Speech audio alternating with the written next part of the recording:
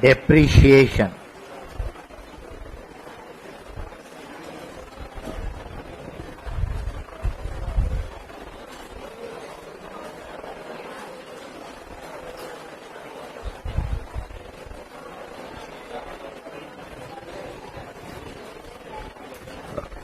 सबसे पहले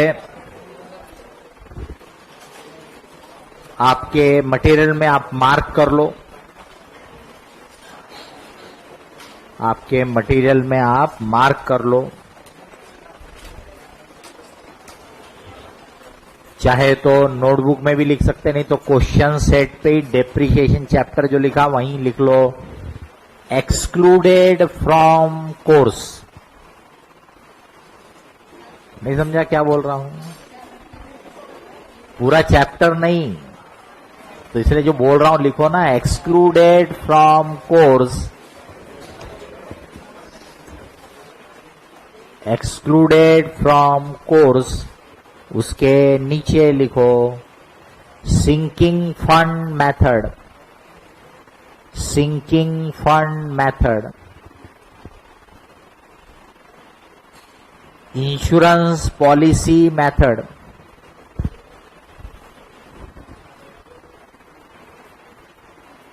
insurance policy method, annuity method, annuity, annuity method, provision for repairs, provision for repairs. तो ये चीजें उन्होंने कुछ समय पहले एक नोटिफिकेशन इशू करके डिक्लेयर किया कि आपके कोर्स में से हट गया, बराबर। तो आपका जो थ्योरी वाला नोट्स है उसमें भी मार्क कर लेना ये पोर्शन को, बराबर है। लगा तो एक लाइन ऐसा कट कर देना, यानी डिलीटेड है। और आपके जो क्वेश्चन सेट है इसमें क्वेश्चन नंबर 13, 14, 15 ये 3 क्वेश्चन डिलीट कर सकते हो, 13, 14 एंड 15।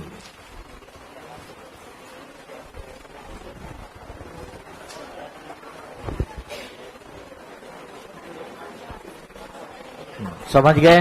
हाँ, चलिए अब आगे बढ़ते हैं। डेप्रिसिएशन क्या है वहां से अपन बात करेंगे, ठीक है। कोई भी एक्सपेंडिचर जो आप करते हो, खर्चा, इसको हम 2 टाइप में क्लासिफाई करते हैं, capital expenditure, revenue expenditure. Revenue expenditure यानी वो खर्चा जिसका benefit with in an accounting year enjoyed हो जाता है, यूज्ड अप हो जाता है, खत्म हो जाता है। इसीलिए हम रेवेन्यू एक्सपेंडिचर को ही एक्सपेंस बोलते हैं और उसको 1 साल के प्रॉफिट एंड लॉस अकाउंट में राइट ऑफ कर देते हैं, ट्रांसफर करके खत्म कर देते हैं, बराबर है। तो रेवेन्यू एक्सपेंडिचर या इसी को अपन बोलते हैं एक्सपेंस, क्या है?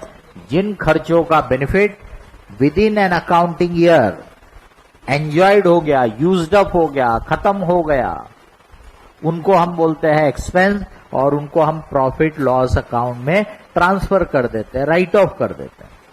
अब as against this capital expenditure वो खर्चा है जिसका बेनिफिट आपको मोर देन 1 अकाउंटिंग ईयर में मिलता है। जनरली कैपिटल एक्सपेंडिचर में कोई ना कोई प्रॉपर्टी क्रिएट हो जाती है जिसको हम बोलते हैं फिक्स एसेट। क्या बोलते हैं हम आपको उसको? Fix asset. तो ये capital expenditure result into fix asset. Revenue expenditure को ही हम बोलते हैं एक्सपेंस, खर्चा। फिक्स एसेट टेंजिबल भी होते हैं, मतलब जो फिजिकल फॉर्म में है, जैसे furniture, machinery, building. Fix asset intangible form में भी होते हैं जो फिजिकली आपको नहीं दिख रहा बट वैल्यूएबल राइट्स होती है। पेटेंट, ट्रेडमार्क, गुडविल, बराबर, इनको बोलते हैं इंटेंजिबल एसेट। बेसिकली यहां पर आप बात करोगे अभी टेंजिबल नेचर के फिक्स एसेट। तो आपने ये जो फिक्स एसेट खरीदा या बनाया, ये 1 साल से ज्यादा आपको बेनिफिट देता है। जनरली वो और लंबा पीरियड होगा, 5 साल, 10 साल, 20 साल। मैं यहां समझाने के लिए मान लो कि भाई 4 साल वो बेनिफिट दे रहा है। कितने साल बेनिफिट दे रहा है? 4 साल। आपने जब कैपिटल एक्सपेंडिचर किया तो आप उसको एसेट में डेबिट कर देते हो, fix asset, machinery, furniture, building, ऐसे नाम से, बराबर। तो समझ लो ये फर्नीचर की अपन बात कर रहे हैं। तो आपने फर्नीचर के लिए खर्चा किया, उसको आपने फर्नीचर अकाउंट में डेबिट कर दिया, जिसको आप बोल रहे हो एसेट है। लेकिन वो भी 4 साल के बाद खत्म हो जाएगा। तो जो 1 साल में खत्म हो गया उसको आपने 1 साल के प्रॉफिट एंड लॉस अकाउंट में लिया। तो अगर ये 4 साल में खत्म हो रहा है तो सेम लॉजिक बोलता है कि उसको 4 साल के प्रॉफिट एंड लॉस अकाउंट में लो। 4 साल का इकट्ठे प्रॉफिट एंड लॉस अकाउंट बनता नहीं, 4 साल में 4 प्रॉफिट एंड लॉस अकाउंट बनेंगे। तो इसलिए फिर इस खर्चे को आप 4 साल के 4 प्रॉफिट एंड लॉस अकाउंट में एलोकेट करो, डिवाइड करो, राइट ऑफ करो। तो हर साल जो अमाउंट ऑफ राइट ऑफ करोगे दैट इज कॉल्ड डेप्रिसिएशन, उसको बोलते हैं डेप्रिसिएशन। और इस पूरे मैकेनिज्म को, सिस्टम को अपन बोलेंगे डेप्रिसिएशन की अकाउंटिंग, डेप्रिसिएशन का सिस्टम, जो बोलना है। तो एसेट की कॉस्ट को उसकी यूजफुल लाइफ पे एलोकेट करना, दैट इज डेप्रिसिएशन। अगर मैं आपसे पूछता, कॉमर्स वाले हैं बहुत सारे यहां पे, अगर मैं आपसे पूछता हूं कि डेप्रिसिएशन क्या होता है, तो आप शुरू हो जाते हैं, depreciation is the reduction in the value of asset due to efflux of time and usage and, बराबर। ये आपको सबको डेफिनेशन याद होगा, लेकिन उसका क्रक्स, उसका मीनिंग नहीं मालूम रहता। ये डेफिनेशन को याद रखने की बजाय चीज क्या है उसको समझना चाहिए। तो सिंपल लैंग्वेज में फिर से बोल रहा हूं, एसेट की कॉस्ट को उसकी यूजफुल लाइफ पे एलोकेट करने की प्रोसेस, दैट इज डेप्रिसिएशन। हर साल का जो अमाउंट आ गया that is the amount of depreciation. अब जरा सोचो कि ये जैसे हमने डेस्क बेंच खरीदे, बराबर, मान लो कि भाई डेस्क बेंच 5 लाख रुपए का है। अब हम अंदाज लगाएंगे कि भाई ये कितने साल चलेंगे। तो भाई किसी भी एसेट की लाइफ उसके यूज पे भी डिपेंड करती है, बराबर। तो अब इसकी लाइफ निकालते समय हम अंदाज लगाएंगे कि भाई कितने साल ये फर्नीचर चलेगा क्लासरूम के लिए। तो अगर आप लोगों की मेहरबानी रही तो भी हमको लगता है 4 साल चलेगा, बराबर। अब अगर यही डेस्क बेंच हमारे घर के लिए हम यूज कर रहे होंगे तो शायद हम बोलेंगे 6 साल चलेगा। पर यहां पे यूज पे से उसका फर्क पड़ जाता है, क्योंकि यहां पे अब अपने को जब भी गुस्सा आया, गुस्सा तो शर्मा सर पे आता, लेकिन अपन काय पे निकालते डेस्क बेंच पे, पैर मार दिया, लात मार, नहीं करते ना बहुत बार। ब्रेक रहा, आप इसके ऊपर बैठ जाते हो। आप में से कईयों को आदत रहती है डेस्क के ऊपर बैठेंगे, जबकि डेस्क बेंच बैठने के लिए नहीं है, बेंच बैठने के लिए, पर बैठते हैं उसके ऊपर, बैठते हैं ना। अपना क्या जा रहा बोले, है ना। अभी देखो बड़ा घर में जरा बैठा करो, ऐसी देखो मम्मी डैडी का चिल्लाते फिर आपको, है ना। घर में सर वो हमारा है, उसकी फिक्र हम नहीं करेंगे, तो ऐसा रहता है। अब आपके सबके डेस्क को देख लो, बेंच में तो शायद नहीं, पर डेस्क को देखो, आप सब जन अपने अपने डेस्क को देखो, तो उसमें बहुत कुछ कलाकारी की हुई मिलेंगी।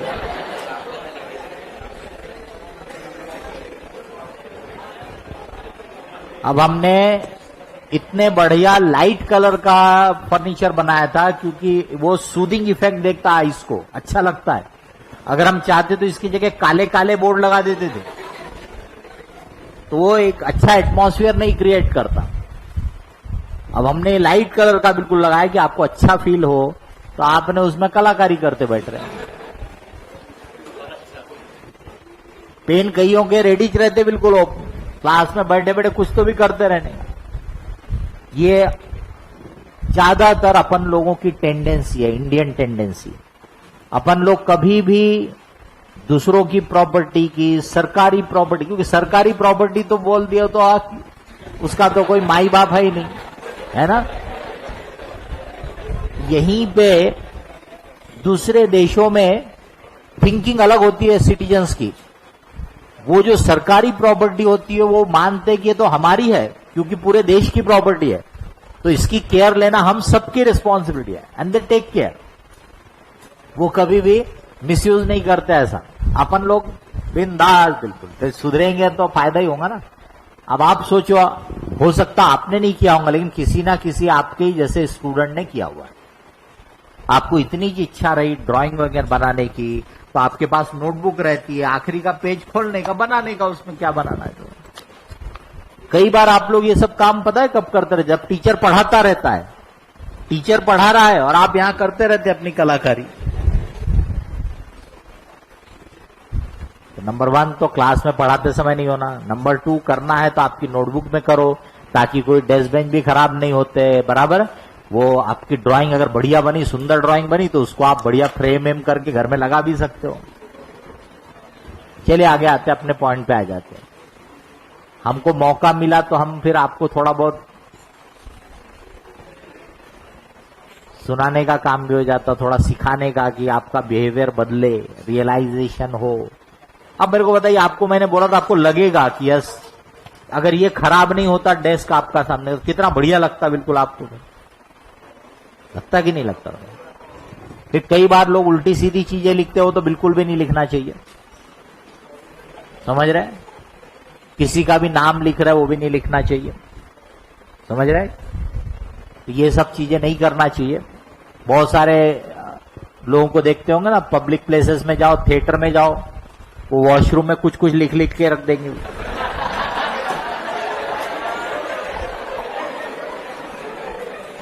यही बताया ना, अपन लोग पब्लिक प्रॉपर्टी या किसी दूसरे की प्रॉपर्टी को ऐसे ही केयरलेसली हैंडल करते हैं, मिसयूज करते रहते, बराबर। किसी बड़ी बिल्डिंग में देखो आप, उसकी स्टेयर केसेस की हालत देखो, जहां वहां पान का पिचकारी दिखेगी, बिल्कुल है तो ये नहीं दिखता है ना। अगर हम सब सिटीजन केयर लेने लगे तो बहुत सारी ऐसी प्रॉब्लम खत्म हो जाती है। भाई पान खाने के शौकीन हो तो पान खा के उसको सही जगह पे स्पिट करके उसको वॉश करो, ये कोई तरीका थोड़ा होता है। और पता है उससे बचाने के लिए फिर लोग क्या करते हैं कि अब यहां पे कोई पान ना खा के थूके, तो वो सीढ़ियों में हर जगह फिर भगवान के, देवी देवताओं के, बराबर है, वहां पे वो टाइल्स या फोटो लगा के रखते हैं। यानी अपन सोचो कि अपन अपने देवी देवताओं को पूजना चाहते हैं कि ऐसे सीढ़ियों पे लगाना चाहते हैं। कितनी गलत बात है, कितनी गलत बात है। उनका रिस्पेक्ट होना चाहिए कि नहीं होना चाहिए? अब आप सीढ़ियों पे ऐसी कैसे भी चलते हो, चढ़ते हो, धूल मट्टी सब रहती है, तो लगाना चाहिए क्या? नहीं लगाना चाहिए। लेकिन अभी आप ही लोगों से बचने के लिए वो सब किया जाता है कि इस बहाने से लोग ये काम नहीं करेंगे। तो कितना खराब है अपना कल्चर, है ना। अपना कैरेक्टर कितना गिरते जा रहा है, ये सोचो, है कि नहीं? भाई भगवान की जो जगह है वो वहीं होना चाहिए, ताकि हम उनको वो रिस्पेक्ट दे सके, उनका हम आदर कर सके, बराबर। और ऐसी जगह का हमने खुद अपनी रिस्पॉन्सिबिलिटी लेना चाहिए। अब आपका पेन, उसकी रिफिल खत्म हो गई, यानी अब यूज का नहीं है, आप डाल देते इधर ही कहीं तो भी। आप ये नहीं सोचते कि नहीं बाहर डस्टबिन है उसमें डाल देते हैं, अभी के लिए पॉकेट में रखो, डस्टबिन में डाल देंगे तो सही तरीके से डिस्पोज ऑफ हो जाएगा। अब आपने यही कभी कभी, तो अभी आजकल तो नहीं दिखा मेरे को आपकी क्लास में, आई विल नॉट से लाए, बट कई बार क्लास में दिखता है, पर आपकी क्लास में मेरे को अभी तक नहीं दिखा। बट अब ये यहाँ पे पेन पड़ा हुआ है, मैं जा रहा हूं, मेरा पैर स्लिप हो गया तो क्या होगा, सोच के देख लो।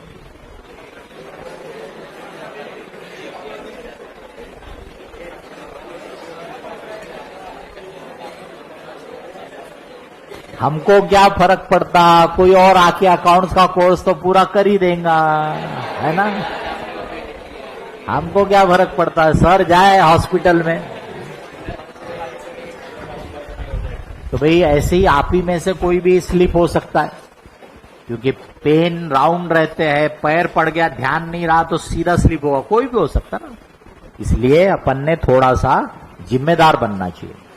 कोई भी चीज जो किसी को नुकसान कर सकती है, जो वहां पे एक एटमॉस्फेयर को खराब करती है, वो अपन ने अवॉइड करना चाहिए। बराबर है। अपने देश के प्राइम मिनिस्टर बार बार स्वच्छता के लिए बोलते हो, इसीलिए कि भाई लोगों में चेंज आना चाहिए। बराबर। चलिए आगे बढ़ते हैं। तो अपन कहां पे थे कि ये फर्नीचर की लाइफ 4 साल है मान लो। तो बताइए कि 4 साल के बाद ये जो फर्नीचर है क्या गायब हो जाएगा क्या यहां से? नहीं, पर यूज के लायक नहीं रहेगा। तो वो जो टूटा फूटा फर्नीचर है उसको भी तो अगर हम रद्दी में बेचे तो कुछ पैसा मिलेगा, मिलेगा कि नहीं मिलेगा? उसको स्क्रैप वैल्यू बोलते हैं, उसको रेसिडुअल वैल्यू भी बोलते हैं। तो इसका मतलब एक अंदाज से मैं फिगर ऐसी डालता हूं, मान लीजिए कि भाई आपने 5 लाख का फर्नीचर खरीदा, इसको बोलते हैं कॉस्ट। क्या बोलते हैं इसको? कॉस्ट। रेडी करने तक का खर्चा, बराबर है। ये एसेट को रेडी करने तक का पूरा खर्चा ऐड करके आ गया 5 लाख रुपए। अब मुझे लगता है कि ये चलेगा 4 साल, तो लाइफ 4 इयर्स। फिर अंदाज लगाऊंगा कि 4 साल के बाद ये कितने में बिक सकता है। तो मान लो हमारा अंदाज आ गया कि भाई 4 साल के बाद से फॉर एग्जाम्पल ये 60,000 में बिकेगा।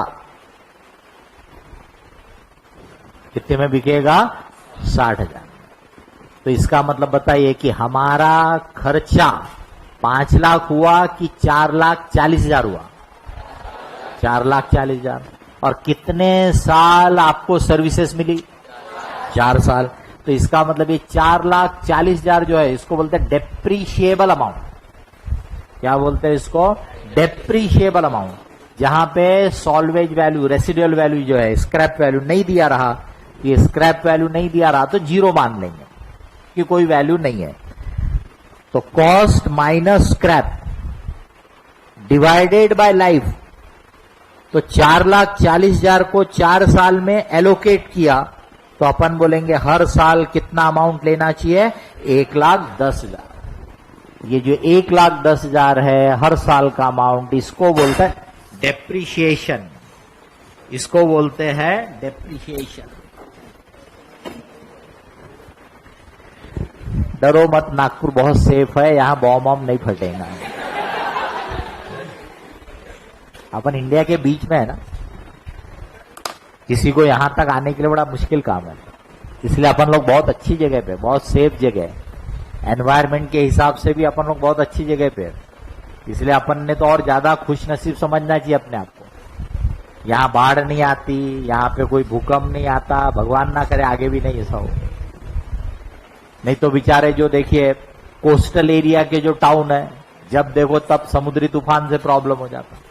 नदियों के किनारे है, वहां देखो कभी भी बाढ़ आ जाती है। पहाड़ों पे है, वहां देखो कभी भी थोड़ा भी ट्रेमर आया, ये बारिश में तकलीफ होती है। उस हिसाब से अपन तो बड़े अच्छी जगह पे है, समझ गए? जगह भी अच्छी, कोर्स भी अच्छा ज्वाइन किया आपने, क्लास भी अच्छी ज्वाइन किए। तो कोर्स यानी सीए का कोर्स, वो तो बढ़िया है। अब क्लास भी अच्छी ज्वाइन किए ना, अच्छी ज्वाइन। तो अब आपका काम है कि आप बढ़िया रिजल्ट लेके आओ, समझ रहे? जितनी सिंसियरिटी बरतोगे उतना आपका रिजल्ट पॉजिटिव आने की प्रोबेबिलिटी, स्टैटिस्टिक्स में पढ़ रहे होंगे ना, प्रोबेबिलिटी बढ़ती जाएगी। ठीक है, चलिए वापस आते हैं अपने पॉइंट पे। तो ये जो है इसको क्या बोलते हैं? डेप्रिशिएशन। समझ गए? तो डेप्रिशिएशन यानी एसेट की डेप्रिशिएबल अमाउंट, मतलब cost less estimated residual value, उसको उसकी यूजफुल लाइफ पे सिस्टमैटिक तरीके से एलोकेट करना that is called depreciation. Depreciation की अकाउंटिंग, डेप्रिसिएशन का सिस्टम, ऐसे अपन बोलते हैं। अब इसमें ये जो है ये एक्चुअल है, ये जो है एस्टिमेटेड है, ये जो है एस्टिमेटेड है। समझ रहे हैं? क्योंकि बगैर एस्टिमेट के काम आपका चल नहीं सकता। तो अकाउंट्स में हमको कई जगह एस्टिमेट का सहारा लेना पड़ता है। And estimates are bound to change. आप बोलोगे सर चेंज हो गया तो, मैं तो बोल रहा चेंज होगा ही। चेंज हो गया तो नहीं, चेंज तो पक्का होगा, क्योंकि भाई अंदाज लगाया था। तो जब भी चेंज होगा उस समय हम उसको फिर एडजस्ट करेंगे। तो मान लो कि भाई हमने 4 साल तो यही मान के चला कि भाई ये 60,000 में बिकेगा, लेकिन जब यहां एक्चुअल में बेचा तो 50 में ही बिका, नो प्रॉब्लम। 60,000 बैलेंस आया, 50,000 में बेचा, 10,000 उस साल में लॉस के तौर पे राइट ऑफ कर देंगे।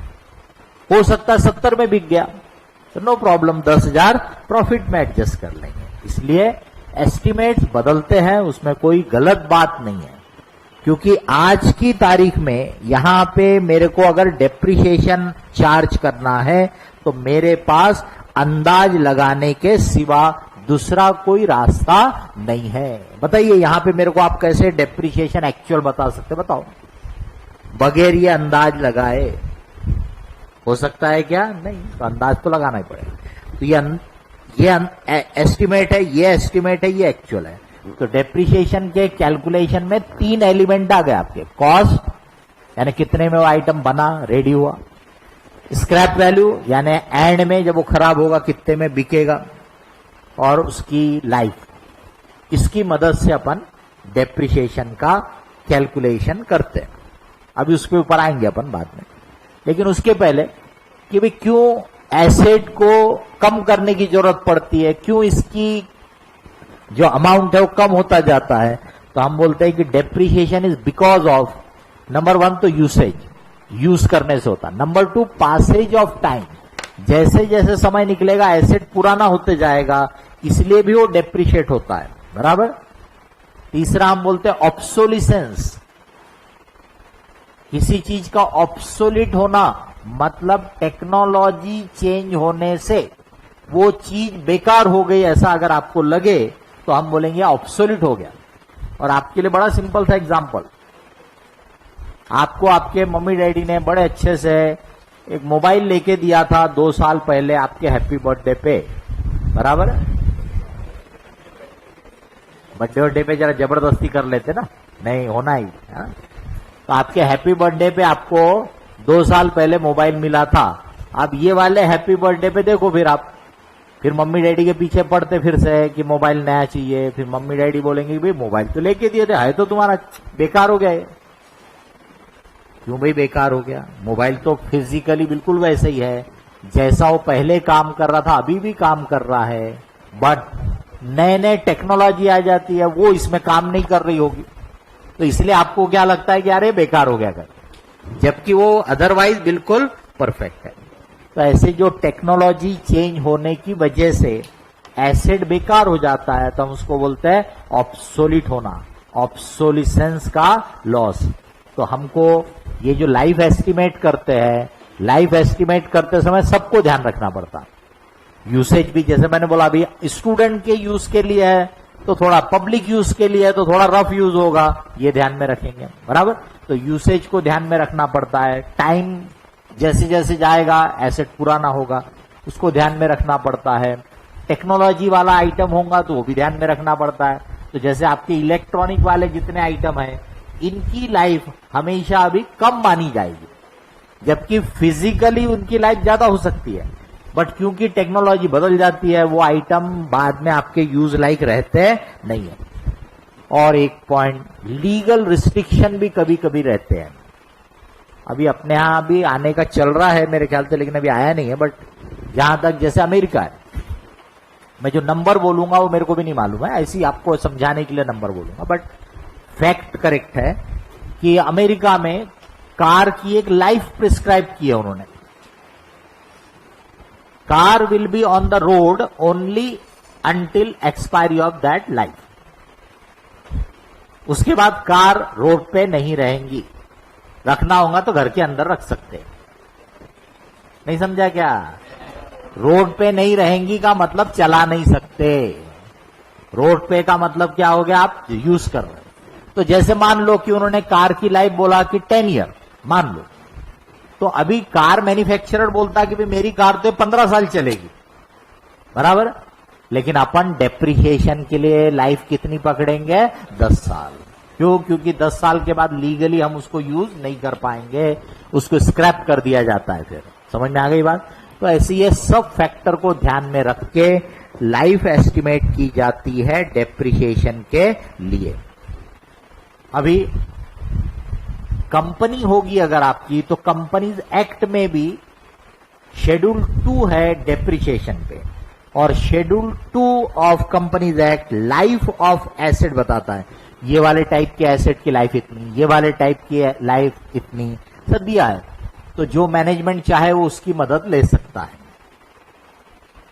इनकम टैक्स में अलग रेट दिए हुए हैं डेप्रिसिएशन के। इनकम टैक्स में दिए हुए रेट को अकाउंटिंग में यूज करने की कोई नेसेसिटी नहीं होती है। वो आप जब इनकम टैक्स का कैलकुलेशन करोगे तब उसका एडजस्टमेंट करो। इसलिए अपनी पढ़ाई के समय अपने को यह देखने की जरूरत नहीं है कि इनकम टैक्स क्या बोलता है। अकाउंटिंग के प्रिंसिपल्स के बेसिस पे करो। जब इनकम टैक्स भरने की बात आएगी, इनकम टैक्स कैलकुलेट करते समय जहां जहां लगा कि इनकम टैक्स लॉ में कुछ अलग चीजें हैं, तो उसका एडजस्टमेंट कैलकुलेशन में किया जाता है। तो इनकम टैक्स एक्ट में डेप्रिसिएशन के रेट दिए हैं, बट मेरे को उसको लेने की जरूरत नहीं है। मैं या तो खुद लाइफ एस्टिमेट करूं, अगर मुझे लगता है वी आर टेक्निकली कॉम्पिटेंट तो हम खुद एस्टिमेट करेंगे, नहीं तो क्या करते फिर कंपनी लॉ में दिया है, तो कंपनी लॉ में जो दिया है वही लाइफ यूज करो, बराबर। अब आ जाते हैं आगे कि डेप्रिसिएशन अकाउंटिंग की 2 मेथड होती है। कौन सी मेथड बताइए? स्ट्रेट लाइन मेथड और WDV मेथड। अब देखिए, मैंने आपसे पूछा डेप्रिसिएशन अकाउंटिंग की 2 मेथड, आपने मेरे को बताया डेप्रिसिएशन कैलकुलेशन की 2 मेथड। ये जो आपने जवाब दिया है डेप्रिसिएशन कैलकुलेशन की 2 मेथड है। मैंने आपसे पूछा था अकाउंटिंग की 2 मेथड। कॉमनली कोई भी डिस्टिंक्शन नहीं करता, आप किसी से भी पूछ लेना डेप्रिसिएशन की मेथड, वो फटाक से स्ट्रेट लाइन एंड WDV बोलेगा। डेप्रिसिएशन अकाउंटिंग बोल रहे हैं आप कि डेप्रिसिएशन कैलकुलेशन बोल रहे हो, कोई बॉदर नहीं करेगा। और डेप्रिसिएशन की मेथड बोला कि फटाक से क्या बोलता है? Straight line and WDV। हमने अपनी किताब में लिख के दिया है क्लियर कट, जो स्टूडेंट घर से पढ़ लिया होगा तो उसका ध्यान गया होगा। डेप्रिसिएशन कैलकुलेशन की 2 मेथड है, कॉमन 2 मेथड, और है वो बाद में अलग से देखेंगे, पर कॉमन 2 मेथड है, straight line method, WDV method. तीसरा भी लिख देता हूं, unit of production method.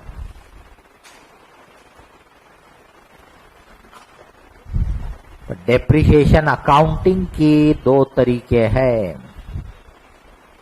Commerce वाले बताओ, डेप्रिसिएशन की क्या एंट्री पास करते थे आप? Depreciation account debit to asset account, ठीक है। तो ये अकाउंटिंग की एक मेथड है, एक ऑल्टरनेटिव। डेप्रिसिएशन की अकाउंटिंग का दूसरा ऑल्टरनेटिव है कि हम डेप्रिसिएशन अकाउंट को डेबिट करके डेप्रिसिएशन प्रोविजन बोल सकते हो, डेप्रिसिएशन रिजर्व बोल सकते हो, डेप्रिसिएशन फंड बोल सकते हो।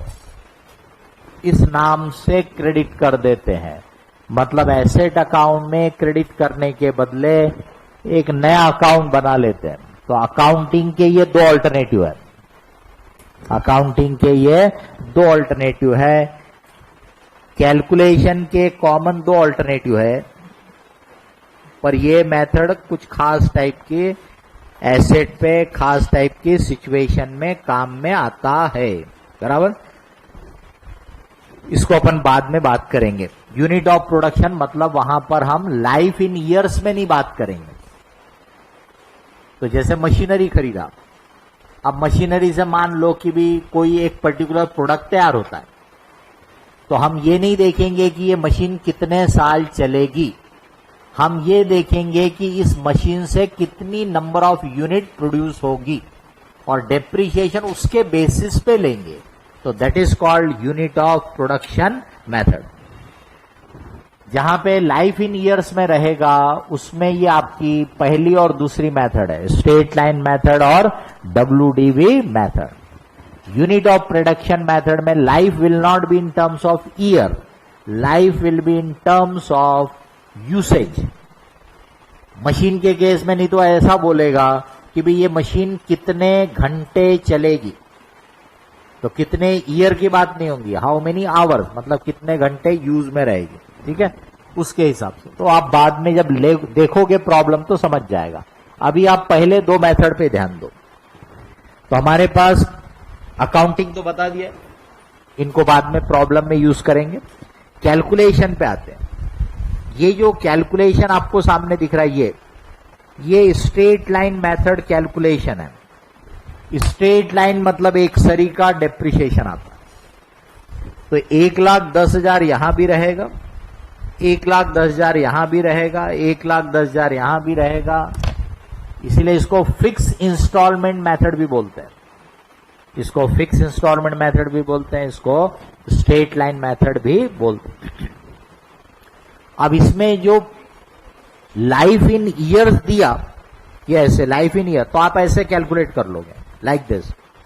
अब लाइफ इन ईयर्स के बदले अगर उसने परसेंटेज दिया होगा तो परसेंटेज उसने इसी तरीके से कैलकुलेट करके निकाल लिया है। तो मैं आपको यहां लिख के दिखाता हूं ताकि आप आगे उसका ठीक से इस्तेमाल करो। 1,10,000 का डेप्रिसिएशन आया 5 लाख वाले एसेट पे,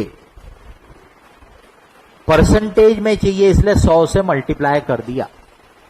तो 1,10,000 divided by 5 lakh multiplied by 100, 22%। तो ये 22% बोलेंगे स्ट्रेट लाइन का रेट। तो जब भी उसने आपको ऐसा परसेंटेज दिया रहा, ये लाइफ इन ईयर दिया रहा तो ऐसे कैलकुलेट कर लो, पर परसेंटेज दिया रहा तो परसेंटेज उसने ऑलरेडी इस तरीके से निकाल लिया है। अब आपको क्या करना है, फर्स्ट ईयर में आपका एसेट 5 लाख का था, उसके ऊपर 22% कैलकुलेट करोगे। 5 लाख में 22%, 1,10,000 आपने उसमें से कम कर दिया तो बैलेंस बचा 3,90,000। नेक्स्ट ईयर में जब आप डेप्रिसिएशन कैलकुलेट करोगे, यहां पे अगर आपकी मेथड स्ट्रेट लाइन मेथड है तो 22% 3,90,000 पे नहीं लगाना, 22% ओरिजिनल कॉस्ट पे लगाना। तो इसलिए इसको ओरिजिनल कॉस्ट मेथड भी बोलेंगे। तो स्ट्रेट लाइन मेथड बोलो, फिक्स इंस्टॉलमेंट मेथड बोलो, ओरिजिनल कॉस्ट मेथड मतलब परसेंटेज काय पे लगाया जाएगा, ओरिजिनल कॉस्ट पे। समझ रहे? तो यहां 390 बचा था, पर मैं परसेंटेज 5 लाख पे लगाऊंगा, 22% कितना आ गया, 1,10,000। फिर से यहां डेप्रिशिएट करूंगा 1,10,000 से, तो 390 माइनस 110 यानी बैलेंस बचेगा 2,80,000।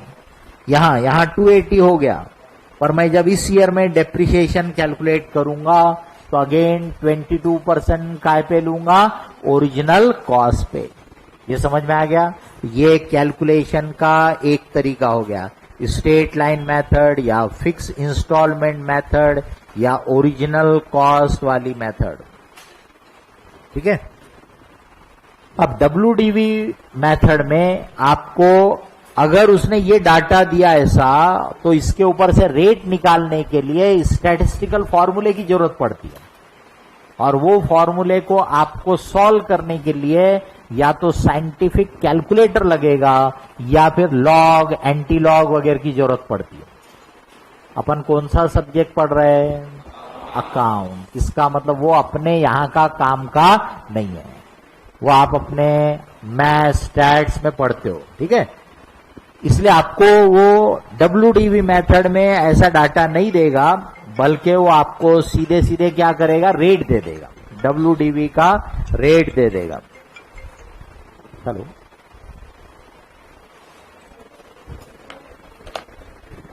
हाँ, चलिए अपन बोल रहे थे WDV का परसेंटेज। वो परसेंटेज निकालने के लिए जो फॉर्मूला है कि डेप्रिसिएशन का रेट WDV मेथड से अगर निकालना है, आपकी किताब में भी दिया हुआ है, 1 minus nth root of scrap upon cost, n यानी लाइफ, समझ रहे, s यानी स्क्रैप वैल्यू, c यानी कॉस्ट, इस फॉर्मूले से निकालना पड़ता है, बराबर। तो इसलिए आपको वो WDV का रेट देगा डायरेक्टली। अब WDV का जो रेट है उससे भी ऑब्जेक्टिव हमको सेम पूरा करना है। स्ट्रेट लाइन है तो भी ऑब्जेक्टिव वही है, WDV है तो भी ऑब्जेक्टिव वही है। ऑब्जेक्टिव क्या है कि ये जो डेप्रिशिएबल अमाउंट है, इस डेप्रिशिएबल अमाउंट को ये जो लाइफ है इसमें एलोकेट करना। तो इसका मतलब मैंने 22% स्ट्रेट लाइन का रेट निकाला, उससे क्या हो रहा हो, 4 साल में एलोकेट हो रहा। तो WDV का भी रेट 4 साल में ही एलोकेट करने वाला चाहिए। अब अगर आप 22% से WDV सिस्टम से डेप्रिसिएशन कैलकुलेट करोगे, घर में करके देखना, अभी बता रहा हूं आपको, घर में करके देखना, तो चौथे साल के एंड में 60,000 के आसपास बचना चाहिए, क्योंकि अपना स्क्रैप या सॉल्वेज वैल्यू कितना है, 60,000, उसके आसपास बचना चाहिए। बट आप अगर 22% WDV से कैलकुलेट करके देखोगे तो बहुत बड़ा अमाउंट बचा दिखेगा। कितना बड़ा हो कैलकुलेट करके निकाल लेना, पर ज्यादा अमाउंट दिखेगा। तो फिर WDV का जो रेट रहता है वो स्ट्रेट लाइन के रेट से काफी ज्यादा रहता है। एक समझाने के लिए, मैंने कोई कैलकुलेट नहीं किया, अब मान लो अपन ने ले लिया 40% रेट, WDV का रेट कितना, 40%, ये 22% काय में था, स्ट्रेट लाइन मेथड। अब देखिए WDV में कैलकुलेशन कैसे होता है, मैं बोल के बताऊंगा, आप सुनते जाओ ध्यान से बराबर। फर्स्ट ईयर में depreciation upon end of the year में कैलकुलेट करते यहां पे, यहां, ठीक है। तो मेरे मशीनरी अकाउंट या फर्नीचर अकाउंट जो भी है, इसमें 5 लाख का बैलेंस दिखेगा, क्योंकि 5 लाख में खरीदा था। 5 लाख का 40%, 2 लाख डेप्रिशिएट किया, मतलब उसमें से कम कर दिया, तो अब बच गया 3 लाख। इसको बोलते हैं WDV, रिटर्न डाउन वैल्यू। इसी को बोलेंगे रिड्यूस बैलेंस, इसी को बोलेंगे डिमिनिश्ड बैलेंस। इसलिए इस मेथड का जो नाम है, आप WDV मेथड बोल सकते हैं, आप रिड्यूसिंग बैलेंस मेथड बोल सकते हो, आप डिमिनिशिंग बैलेंस मेथड बोल सकते हो, बराबर। तो अब यहां पे मेरा जो बैलेंस रहेगा 3 लाख, इसको बोलते हैं reduce balance, diminish balance, WDV। तो नेक्स्ट ईयर में जब मैं कैलकुलेट करूंगा डेप्रिसिएशन, तो 3 लाख पे 40% लूंगा। अब 3 लाख का 40% यानी 1,20,000। तो 3 लाख में से 120 माइनस हुआ, तो अब बैलेंस बचेगा 1,80,000। 1,80,000 का 40% हम यहां पे लेंगे 72,000, तो बैलेंस बचेगा 1,08,000। यहां पे हम उसका 40% लेंगे, 43-44,000 आएगा, मतलब यहां बैलेंस बचेगा मोटा मोटा 64-65,000। यानी आप बिल्कुल उसके करीब आ गए। एग्जैक्ट रेट जब निकालोगे तो 40% से थोड़ा सा ज्यादा आ जाएगा। समझ में आ गई बात? कैलकुलेशन का तरीका बता दिया। स्ट्रेट लाइन में परसेंटेज दिया रहा, ओरिजिनल कॉस्ट पे हर साल लगाना। WDV पे अगर मेथड रही तो जो रिड्यूस बैलेंस रहता है उसके ऊपर वो परसेंटेज लगाने का। तो पहले साल ओरिजिनल कॉस्ट पे लगेगा, फिर दूसरे साल जो बचा था उस पे लगेगा, तीसरे साल फिर और जो कम हो गया था उस पे लगेगा। ऐसे कैलकुलेशन होगा। तो कैलकुलेशन के 2 ऑल्टरनेटिव, अकाउंटिंग के 2 ऑल्टरनेटिव। दोनों को अगर मिलाया तो 4 कॉम्बिनेशन बन जाते हैं। कैलकुलेशन ये वाला स्ट्रेट लाइन, अकाउंटिंग ये एक कॉम्बिनेशन बन गया, कैलकुलेशन ये, अकाउंटिंग ये दूसरा कॉम्बिनेशन, कैलकुलेशन WDV वाला और अकाउंटिंग ये वाली तीसरा कॉम्बिनेशन, कैलकुलेशन WDV वाला और अकाउंटिंग ये, ऐसे 4 कॉम्बिनेशन हो जाते हैं। तो हमने आपके जो 1 2 3 4 4 क्वेश्चन है वो एक ही डाटा रखा ताकि सेम डाटा में आपको ध्यान में आएगा। अलग अलग 4 क्वेश्चन कर देते तो आपको उतना ध्यान में नहीं आता। सेम क्वेश्चन है, सेम डाटा है, सिर्फ बदलेंगे क्या, कैलकुलेशन के मेथड और अकाउंटिंग, बराबर। तो चारों प्रॉब्लम जब आप करोगे तो उसमें आपका कैलकुलेशन भी क्लियर हो जाना चाहिए दिमाग में और अकाउंटिंग भी क्लियर हो जाना चाहिए कि क्या फर्क है। 2 चीजें और है डेप्रिसिएशन की बताने की, उसके बाद जो खास और चीजें हैं वो अपन बाद में बात करेंगे। जो नॉर्मल चीजें वो अभी बता दे रहे हैं, जो स्पेशल चीजें वो बाद में। 2 चीजों में नंबर 1, डेप्रिसिएशन जो हम कैलकुलेट करते हैं, चार्ज करते हैं, वो पीरियोडिक बेसिस पे लेते हैं। पीरियोडिक बेसिस पे डेप्रिसिएशन लेने का मतलब हुआ वो एसेट जितने पीरियड में यूज के लिए था उतने पीरियड का डेप्रिसिएशन। अब ये जो जरूरत पड़ती है, 2 ही समय जरूरत पड़ती है इसकी। At the time of purchase, यानी जिस ईयर में आपने परचेस किया, at the time of sale, यानी जिस ईयर में आपने सेल किया। तो जरा ध्यान से देखिए मैं जो बता रहा हूं। मान लो कि यहां पे मैंने एसेट खरीदा यहां, बराबर। तो जब मैं यहां डेप्रिसिएशन लूंगा तो मैं देखूंगा कितने महीने हुए थे, 8 महीने 7 महीने, उतने पीरियड का डेप्रिसिएशन मैं चार्ज करूंगा। अब यहां पे जब मैं डेप्रिसिएशन लूंगा तो फुल ईयर का, यहां जब मैं डेप्रिसिएशन लूंगा तो फुल ईयर का। अब यहां पे मान लो कि इसको मैंने यहां बेच दिया, मान लो, तो मैं देखूंगा कितना पीरियड यूज करने के बाद बेचा। तो मान लो 3 महीने हुए तो 3 महीने का, 4 महीने हुए तो 4 महीने।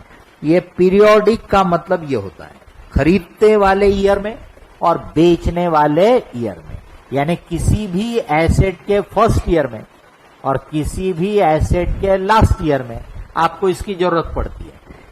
बीच के पीरियड में it is always presume to be in use.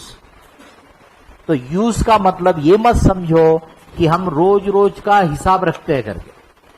For example, ये फर्नीचर हमने मान लो कि 2-3 साल पहले लिया है, तो हर साल अभी हम जो डेप्रिसिएशन इस पे कैलकुलेट करेंगे तो हमारा अकाउंटेंट ये नहीं देखेगा कि इस ईयर में 365 दिन में से इतने संडे की छुट्टी थी। ये बात और है कि हम लोग संडे भी क्लास लेते रहते हैं, पर एक समझाने के लिए मान लो इतनी दिवाली की छुट्टी थी, इसकी छुट्टी थी, तो वो ऐसा कैलकुलेशन नहीं करेगा कि 365 दिन में से 100 दिन छुट्टी पे थी इसलिए फर्नीचर यूज नहीं हुआ। ये उसका मतलब नहीं है। Once an asset is ready for use it is always presume to be in use. फिर वो रोज यूज में, वो चाहे मशीनरी हो, तो मशीनरी है तो हम ये नहीं देखेंगे कि फैक्ट्री में कितने दिन छुट्टी थी, समझ रहे, उसको यूज में है ये मान के ही डेप्रिसिएशन लिया जाता है। एक बार एसेट रेडी हो गया तो उस पर फिर फुल डेप्रिसिएशन चलता रहता। सिर्फ खरीदने वाले ईयर में और बेचने वाले ईयर में आपको देखना पड़ता है। खरीदने वाले ईयर में from the date of purchase to the end of year, खरीदने वाले समय में आपको क्या करना पड़ेगा, from the date of purchase to the end of year. और सेल वाले ईयर में from the beginning of the year, beginning of the year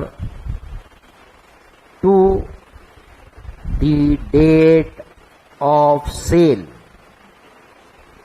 मतलब उस ईयर के शुरुआत से बेचने की डेट तक का डेप्रिसिएशन लेने का, इसको बोलते हैं पीरियोडिक बेसिस पे डेप्रिसिएशन लेने का।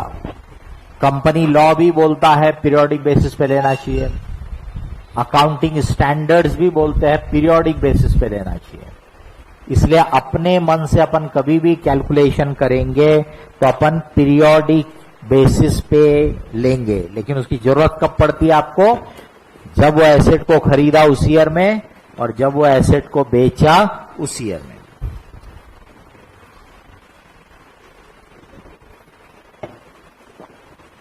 अगर उसने मुझे डेट ऑफ परचेज या डेट ऑफ सेल भी नहीं दिया और मुझे उसने जो रेट लिखा है मान लो 20%, उसके आगे भी पर एनम नहीं लिखा है, ध्यान से सुनो मैंने जो बोला, डेट भी नहीं दिया है और रेट के साथ पर एनम भी नहीं लिखा है, तो ऐसे समय में हमारे पास दो रास्ते रहते हैं। या तो हम उस पे हाफ ईयर का ले लें, प्रिज्यूमिंग कि मिड ऑफ द ईयर में खरीदा होगा, या फिर हम फुल ले लेते हैं क्योंकि हम आर्ग्यू ये करते हैं कि डेट भी तो नहीं दिया उसने और रेट के साथ भी उसने लिखा है 20%, उसने 20% पर एनम बोला नहीं है, तो ऐसे समय में फुल डेप्रिसिएशन ले सकते हैं, कोई रूल नहीं होता है। कुछ लोग कॉमर्स में पढ़ के आते हैं पर एनम रूल, ऐसा कोई रूल नहीं है, पर क्योंकि क्लैरिफाइड नहीं है इसलिए आपके पास वहां दो रास्ते बनते। अगर उसने डेट दे दिया पर रेट के साथ पर एनम नहीं लिखा है तो भी मैं टाइम के हिसाब से लूंगा। उसने डेट नहीं दिया पर एनम लिखा है तो मैं हाफ ईयर का ही लूंगा। पर उसने मुझे डेट भी नहीं दिया और रेट के साथ भी पर एनम नहीं लिखा, तब अपन चाहे तो हाफ ईयर का ले लें और चाहे तो फुल डेप्रिसिएशन ले लें।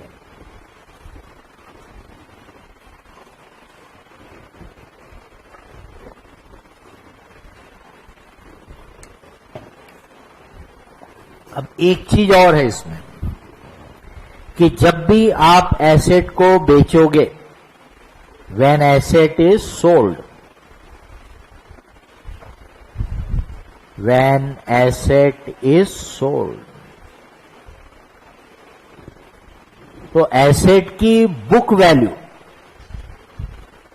एसेट की बुक वैल्यू यानी कि रिटर्न डाउन वैल्यू WDV और सेल वैल्यू, एसेट की सेल वैल्यू और बुक वैल्यू, इनको कंपेयर करो। The difference is either profit और loss. The difference is either profit or loss.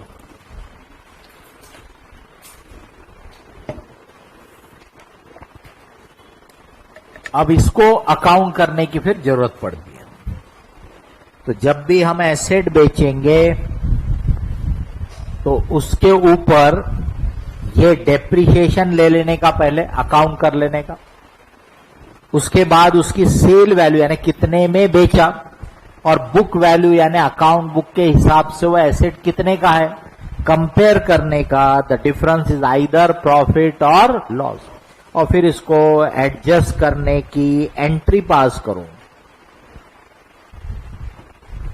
Profit होगा तो वो आपके फिक्स एसेट अकाउंट में डेबिट करना पड़ेगा और profit on sale of asset में क्रेडिट होगा, जो अल्टीमेटली चला जाएगा हमारे प्रॉफिट एंड लॉस अकाउंट में। क्यों ऐसी एंट्री हो रही? जब अपन अकाउंटिंग करेंगे तब ध्यान देने का, आपने याद रखने की चीज नहीं है, वो अपने आप बनाते आना चाहिए, बोलते आना चाहिए। अभी नहीं बता रहा मैं, बाद में बताऊंगा। अगर लॉस हुआ होगा तो loss on sale of asset में करो डेबिट और फिक्स एसेट में करो क्रेडिट।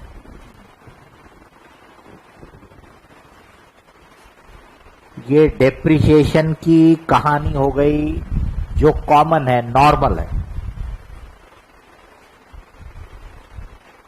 जब भी हम फिक्स एसेट खरीदते हैं तो उसकी लाइफ का अंदाज लगाते हैं, स्क्रैप वैल्यू का अंदाज लगाते हैं, फिर हम डेप्रिसिएशन की मेथड डिसाइड करते हैं ये मेथड से लेना है कि ये मेथड से लेना है, बराबर। और उसके हिसाब से फिर हम डेप्रिसिएशन कैलकुलेट करते हैं, और अकाउंटिंग के लिए फिर हम चूज करते हैं कि ये वाला रास्ता एडॉप्ट करना है कि ये वाला रास्ता एडॉप्ट करना है, बराबर। और हर साल फिर हम अपने एसेट को डेप्रिशिएट करते चले जाते हैं।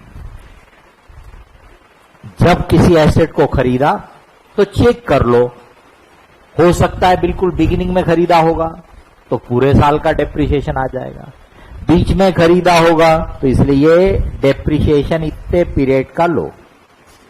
जिस ईयर में आपने एसेट बेच दिया उस समय जब तक बेचा नहीं था तब तक का डेप्रिसिएशन आप चार्ज करो, बराबर। बेच दिया तो फिर कंपेयर करो कि उसकी सेल वैल्यू कितनी है, बुक वैल्यू कितनी है, प्रॉफिट है, लॉस है, और उसको अकाउंट करो, उसको एडजस्ट करो। ये है आपके फिक्स एसेट की ब्रीफ आइडिया। कुछ और पॉइंट है लेकिन वो अपन बाद में बात करेंगे, समझ गए। अभी के लिए आपके लिए इतना सफिशिएंट है। किसी को भी इसमें कोई क्वेश्चन है, कोई पॉइंट है तो बताइए।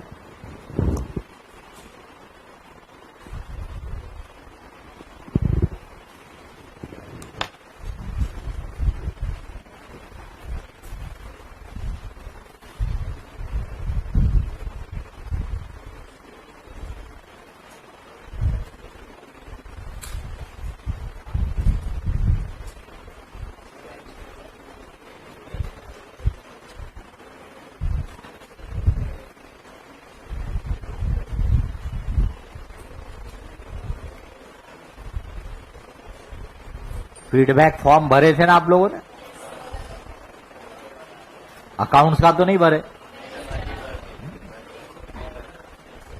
तो पहले पहले हम लोग भरवाते थे, बाद में फिर हम लोगों ने ये किया कि नहीं, अपने फीडबैक अब लेना ठीक नहीं है करके, क्योंकि स्टूडेंट का भरोसा नहीं रहता, कुछ भी लिखते जो मन में आया लिखते। अब आप बताओ, मैं 31 ईयर से पढ़ा रहा हूं, हमने इतने सालों में बहुत बगैर फीडबैक के ऐसे ही हमको अगर हमारे बारे में कुछ भी चीज सुनने में आई तो हम बराबर उस पर सोचते थे। मेरा तो पर्टिकुलर आदत थी शुरू से, सामने कोई बोलेगा नहीं, लेकिन अपने को किसी के थ्रू भी पता चला, किसी दोस्त से पता चला कि यार कोई स्टूडेंट मिला था तेरा, वो ऐसा बोल रहा था, तो हम उस पर हमेशा सोचते थे अगर कोई भी एडवर्स कमेंट पता चला तो इसलिए हम तो अपना सेल्फ क्रिटिसिज्म अपने आप करते रहते। उसके बावजूद भी फीडबैक फॉर्म भरवाते थे कि चलो स्टूडेंट के मन में क्या है पता चले। लेकिन अभी फिर हम लोगों ने बाद में हमारा फीडबैक लेना बंद करवा दिया। तो मैंने इस बार तो बोला भी नहीं था, पर वो स्टाफ ने खुद ही अकाउंट्स का फीडबैक नहीं लिया, क्योंकि मेरे पास जब गट्ठे आए देखने के लिए तो मैंने सबसे पहले देखा कि भैया कहीं मेरा भी तो फीडबैक नहीं है इसमें, है? अब अच्छा भी नहीं लगता, क्योंकि हम खुद अपने तरफ से ध्यान देते हैं कि क्या करना और क्या नहीं करना। पर स्टूडेंट जब कमेंट करते हैं तो आपने जेन्युइनली सोच समझ करके कमेंट करना चाहिए। कई बच्चों के कमेंट बड़े जेन्युइन होते हैं, पर कई बच्चे बिल्कुल कैजुअली कमेंट कर देते हैं।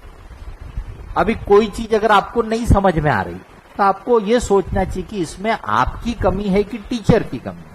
आप फटाक से क्या बोल देते हैं, इनका नॉलेज अच्छा नहीं है करके टीचर। आपको देख तो लो, बाकी के स्टूडेंट से तो पूछो कि वो टीचर का नॉलेज है कि नहीं सब्जेक्ट का, है? तो मैंने पलटा के देखे आप लोगों के कमेंट सभी फैकल्टी के बारे में जो थे। कहीं कहीं पे कुछ कुछ कमेंट जो थे वो थोड़े ठीक नहीं लगे, बाकी ज्यादातर प्राइमा फेसी जो था आपका फीडबैक अच्छा था। कुछ फैकल्टी को आपने बहुत अच्छा रेट किया, कुछ को थोड़ा एवरेज रेट किया, मोर और लेस ठीक ठाक था। एक आध दो जगह जहां कहीं प्रॉब्लम रहते हैं तो फिर क्या होता है, ये फीडबैक फॉर्म अभी तो हमने देख लिया, मिटकरी सर ने देख लिया, मैंने देख लिया, डायरेक्टर लोगों ने देख लिया। अब ये हर फैकल्टी का फीडबैक फॉर्म उनको दिखाया जाएगा, पर दूसरों को नहीं दिखाया जाता है। तो भाई नीरज सर के फीडबैक फॉर्म नीरज सर देखेंगे, शशांक सर के फीडबैक फॉर्म शशांक सर देखेंगे। तो फैकल्टी को भी एक आइडिया आती है। अभी मेरे से उन लोग पूछ रहे थे कि सर हमारे बारे में क्या था क्या नहीं है, तो मैं उनको जस्ट बता रहा था कि भाई अपने को दो फायदे होते हैं। एक, सही में अपनी कोई कमी हो तो वो भी पता चल जाती है, पर अगर अपनी कमी नहीं भी है पर कम से कम अपने को ये पता चलता है कि स्टूडेंट क्या सोच रहा है। अब अगर स्टूडेंट कुछ सोच लगा के बैठा है अपने बारे में जबकि वो सही नहीं है और अपन ने उसको समझाया भी नहीं, तो क्या होगा, वो वही मैसेज आगे पास ऑन करेगा। तो फीडबैक मिलने से वो फैकल्टी को एक आइडिया आ जाएगी, तो फैकल्टी आपको बता सकते हैं उस फीडबैक पे से कि आपके जो एडवर्स कमेंट भी होंगे तो बताएंगे कि भाई देखो किसी ने ये चीज लिखा लेकिन इसके बारे में उनका क्या व्यू है, उनका क्या ओपिनियन है। तो ये फायदा होता है। इसलिए फीडबैक बिल्कुल ईमानदारी से देना चाहिए, बिल्कुल कैजुअली नहीं देना चाहिए। सपोज एक एग्जांपल के तौर पे कि मान लो आपने क्लास में बात कर रहे थे, इसलिए फैकल्टी ने आपको डांट दिया, इसलिए आपने उसमें सब एडवर्स कमेंट डाल दिए। ये गलत है ना? क्योंकि आप सोचो फैकल्टी के ऊपर उसका कितना अलग असर पड़ता है।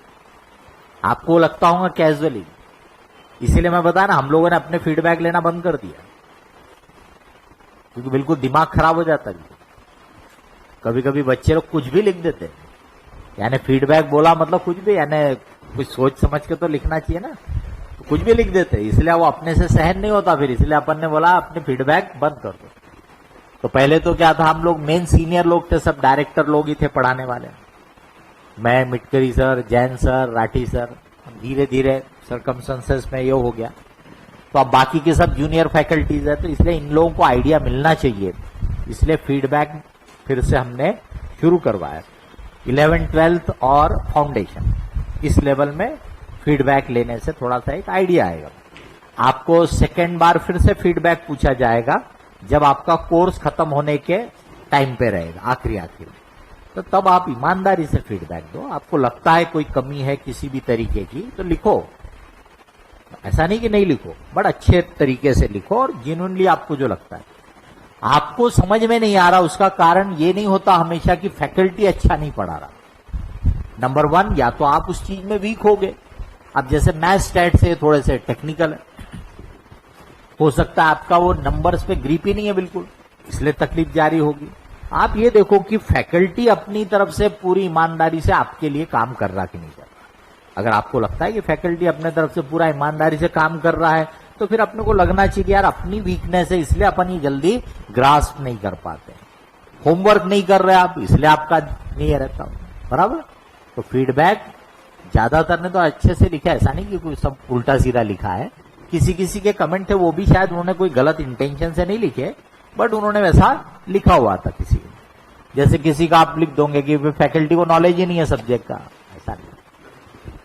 यहाँ पे जो भी फैकल्टी पढ़ा रहे हैं उनको अपने सब्जेक्ट का अच्छा नॉलेज है, लेकिन हाँ ये रहता है कि कोई फैकल्टी का कम्युनिकेशन आपको उतने अच्छे से नहीं पकड़ में आया तो आप बताओगे कहाँ कमी पड़ रही, कोई लैंग्वेज का प्रॉब्लम जा रहा क्या, कुछ जा रहा क्या, आप लिखोगे तो फैकल्टी उसके ऊपर ध्यान देती है, बराबर। उसमें इसलिए 10 पॉइंट थे, क्वेश्चन थे, है ना। और फिर नीचे आपको जनरल कमेंट के लिए भी बोला था, ताकि आपको कुछ जनरल कमेंट करना है, बराबर। लास्ट में आपको नंबर्स भी देना था, है ना। अभी कुछ कुछ लोगों के देखिए कैसे थे, इधर पूरे फर्स्ट वाले यानी सबसे बेस्ट वाला टिक टिक टिक टिक टिक, और नीचे 10 में से 7 नंबर। तो भैया 3 नंबर काहे के कट किया आपने, यानी ये ऊपर के कमेंट और नीचे मैच नहीं हो रहा ना, ये है कि नहीं।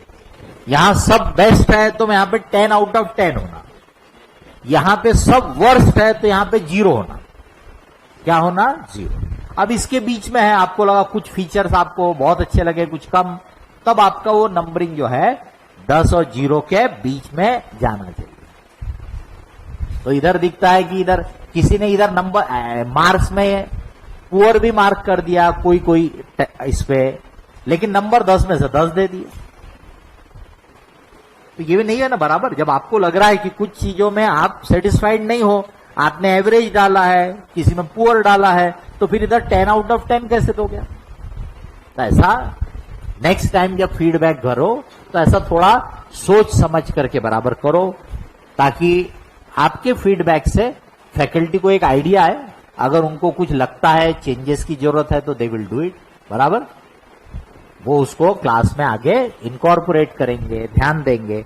अल्टीमेट पर्पज ये है कि इफेक्टिवनेस और इम्प्रूव हो, स्टूडेंट को ज्यादा से ज्यादा उसका फायदा मिले, ये कोशिश होती है, बराबर।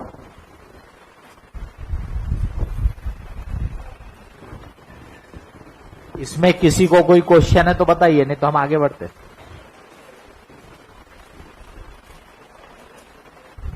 Question number 1,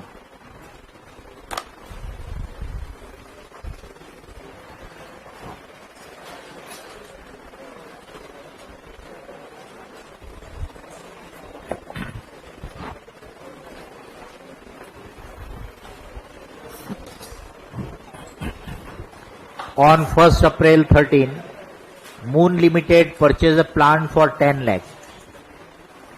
On 1st October 13, an additional plant was purchased costing 5 lakh. On 31st December 14, plant purchased on 1st April 13 was sold off for rupees 7 lakh. On 1st July 15, a new plant was purchased for rupees 12 lakh. And the plant purchased on 1st October 13 was sold for 4,20,000 on 1st October 15. Depreciation is to be provided at 20% per annum on the written down value on 31st March every year. Prepare the plant account for 3 year ended 31st March 16. अब ये जो बताया था आपको, calculation की कौन सी method है इसमें? WD। ठीक है, तो अभी हम कैलकुलेशन की ये मेथड देखेंगे। ओके, अकाउंटिंग के बारे में उसने ऐसा डेप्रिसिएशन प्रोविजन अकाउंट वगैरह नहीं लिखा है, तो मतलब ये वाली मेथड। तो अभी हम इसको अकाउंटिंग ये वाले तरीके से करेंगे और कैलकुलेशन ये वाले तरीके से, समझ रहे? बाद में फिर वो बदलते जाएंगे कॉम्बिनेशन आगे के इसमें, यानी अल्टीमेटली आपको चारों कॉम्बिनेशन मिल जाएंगे, कैलकुलेशन की दोनों मेथड के साथ अकाउंटिंग के दोनों method.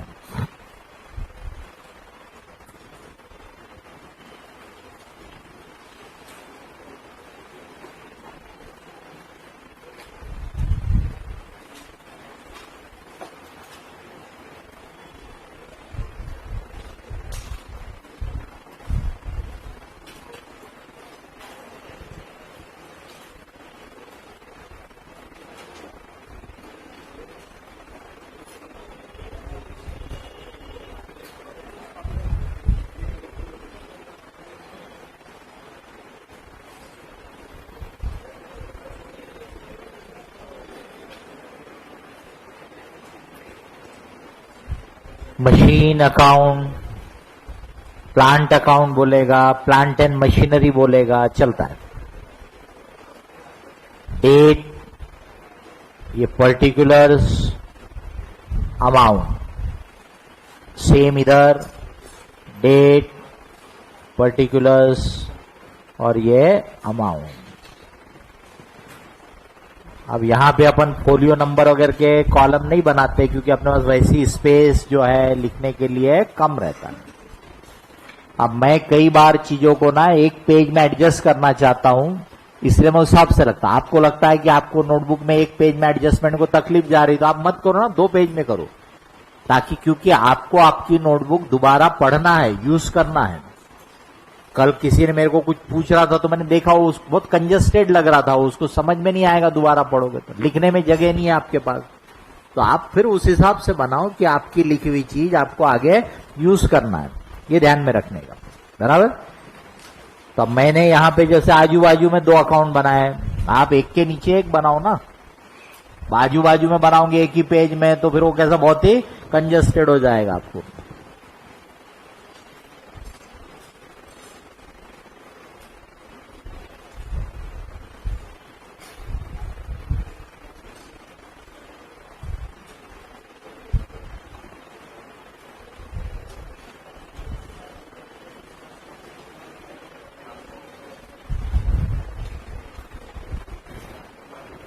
Depreciation account, machine account and depreciation account.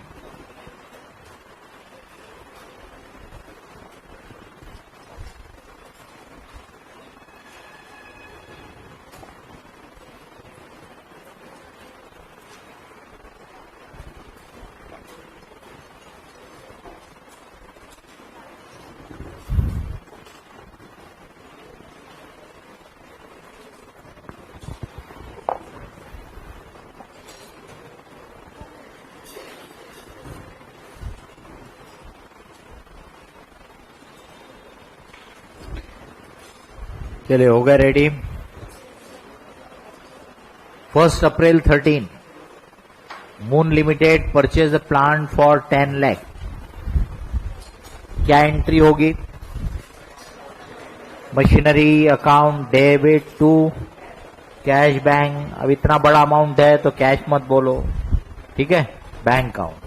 अब ध्यान से सुन लो, मुझे बताइए कि 10 लाख की मशीनरी खरीदा तो इमीडिएट 10 लाख पे किया, ऐसा जरूरी है क्या? उधारी में खरीद सकते कि नहीं खरीद सकते? खरीद सकते ना। पर ये चैप्टर में ऑब्जेक्टिव है डेप्रिसिएशन, इसलिए अब आपको वो ये सब नहीं बताते बैठेगा कि मशीनरी खरीदा तो इमीडिएट पैसे दिया कि उधारी में खरीदा, किससे खरीदा, वो नहीं देगा। तो इसलिए अपन क्या करते हैं, यहाँ पे ब्लाइंडली बैंक बैंक लिखते रहते हैं, लेकिन अपने मन में ला लेना चाहिए कि उधारी में भी खरीदा जा सकता है।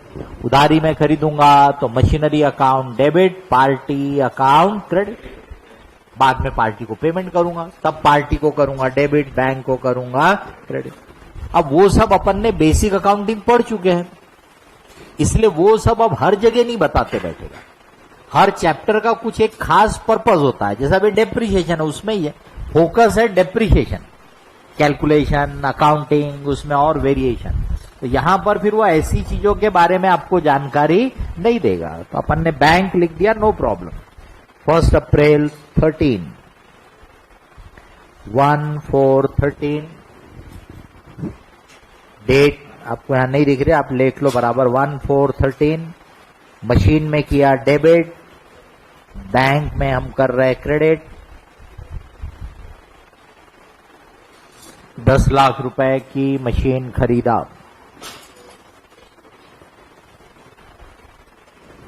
मार्च एंडिंग दिया है उसने, तो 1 अप्रैल 13 से जो हमारा ईयर शुरू हुआ वो 31 मार्च 14 को खत्म होगा, बराबर। तो इसलिए उस ईयर में जितने भी ट्रांजैक्शन हो रहे हैं वो सब अपने को यहां पहले लेना है। 1 October 13 an additional plant was purchase costing ₹5 lakh और मशीन खरीदा। Machine account debit, bank account credit 5 lakh रुपए। Machine account debit, bank account credit. 1 October 13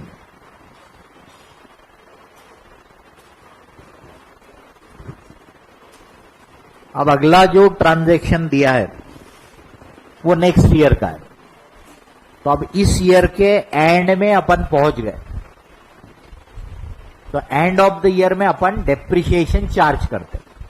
अब डेप्रिसिएशन चार्ज करना मतलब ये जो एसेट है इसको राइट ऑफ करना, इसके थोड़े अमाउंट को एक्सपेंस में ट्रांसफर करना, ये उसका मतलब है।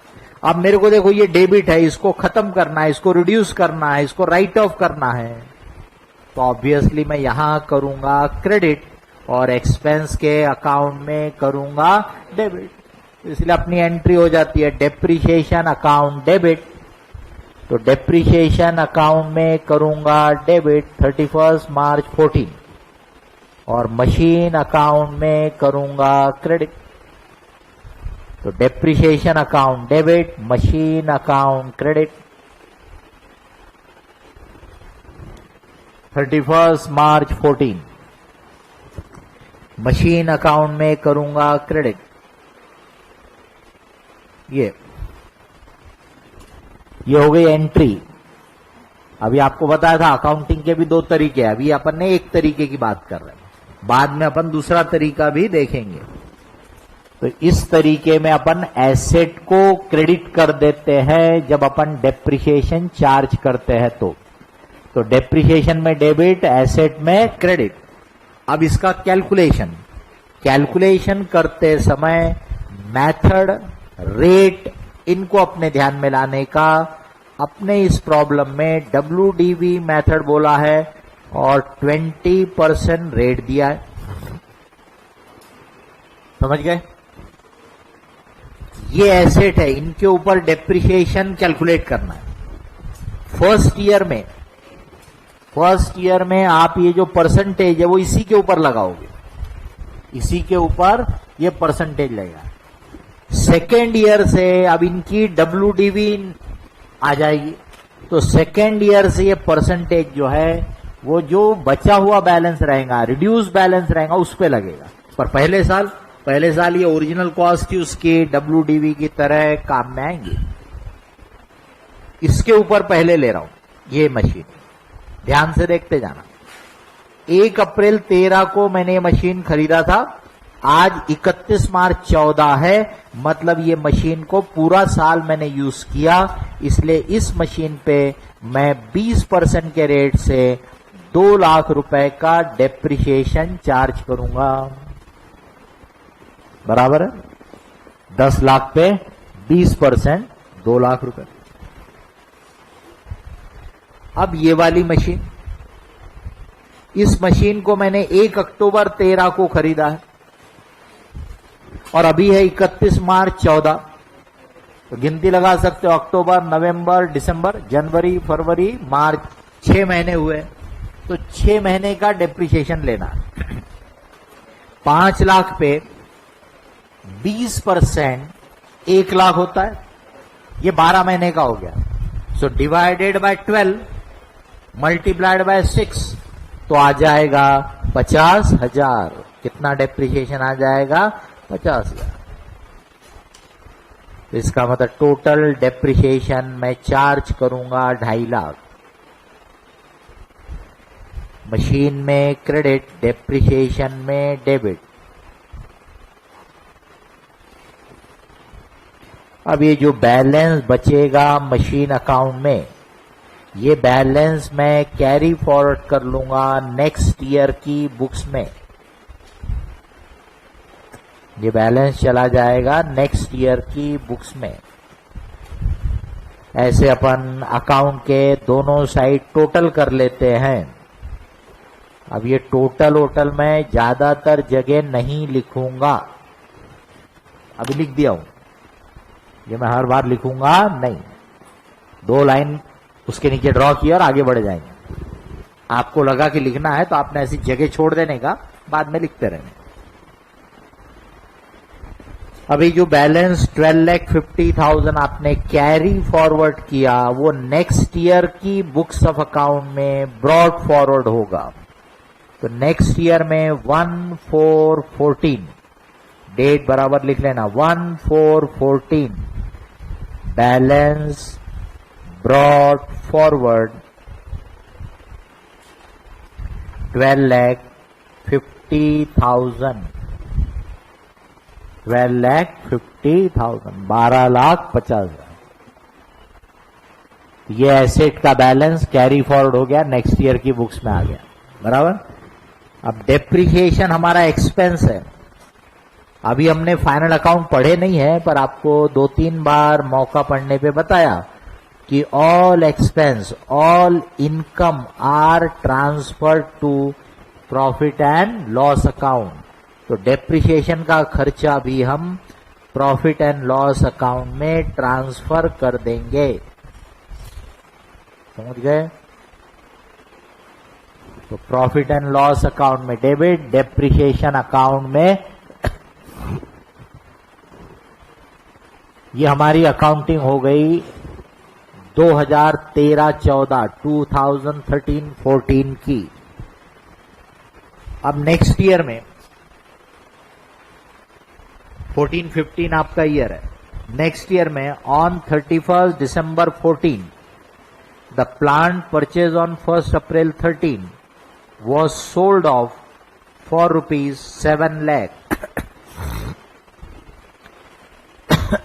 प्लांट बेचा, क्या एंट्री पास करोगे जरा बताइए? बैंक अकाउंट डेबिट, उधारी रहेगा तो पार्टी डेबिट। ठीक है, यहां अपन बैंक लिख देंगे, bank debit to machinery account. What goes out should be credited.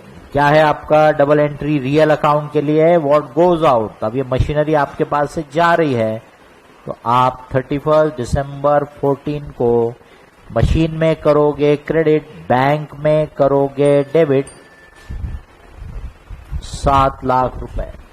7 lakh में आपने इसको बेचा, 7 लाख में आपने प्लांट को बेचा। ठीक है, अभी अपन ने बोला था कि जब बेचा तब तक का डेप्रिसिएशन अपन चार्ज करते हैं, तो अपन मशीन में करेंगे क्रेडिट और डेप्रिसिएशन अकाउंट में करेंगे डेबिट, डेप्रिसिएशन में करेंगे डेबिट।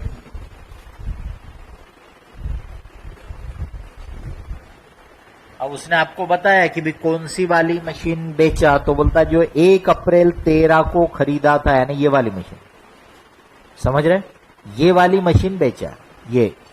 अब ये 10 लाख की मशीन पे आपने पिछले साल ऑलरेडी 2 लाख डेप्रिसिएशन चार्ज किया। ध्यान से देखो, हाँ, मेरा पढ़ाने का तरीका अलग है। कॉमर्स वाले जितने हैं उन्होंने कुछ और तरीके से पढ़ के आए हुए हैं, उसको थोड़े देर के लिए आप यहां यूज नहीं करना, समझ रहे। तो जो कुछ आपने पढ़ा होगा वो तरीके अभी यहां अप्लाई मत करना। पहले मैं क्या पढ़ा रहा हूं पढ़ लो, समझ लो, फिर बाद में बात करेंगे। ठीक है, तो भाई ये 10 लाख वाली मशीन है, इस पे मैंने 2 लाख पिछले साल डेप्रिसिएशन लिया, मतलब उसकी WDV इसमें 8 लाख है। ये ऐसा बराबर लिंक करने की आदत होना, 8 लाख है। अब 8 लाख के ऊपर मैं डेप्रिसिएशन कैलकुलेट करूंगा 20% के रेट से, लेकिन मैंने उसको दिसंबर तक ही यूज किया। तो भाई अप्रैल, मई, जून, जुलाई, अगस्त, सितंबर, अक्टूबर, नवंबर, दिसंबर, यानी कितने मंथ्स हो गए, 9 मंथ्स। तो मैं 9 मंथ्स का डेप्रिसिएशन चार्ज करूंगा 1,20,000 रुपए का डेप्रिसिएशन। अब और ध्यान देना, फिर से बता रहा हूं, 10 लाख का एसेट था, 2 लाख पिछले साल आपने डेप्रिशिएट किया, मतलब इसमें 8 लाख है, 8 लाख, उसमें 120 अभी और डेप्रिशिएशन आपने चार्ज किया, तो 8 लाख माइनस 120 यानी बचा 6,80,000। समझ गए, इसको बोलेंगे book value, value on the date of cell.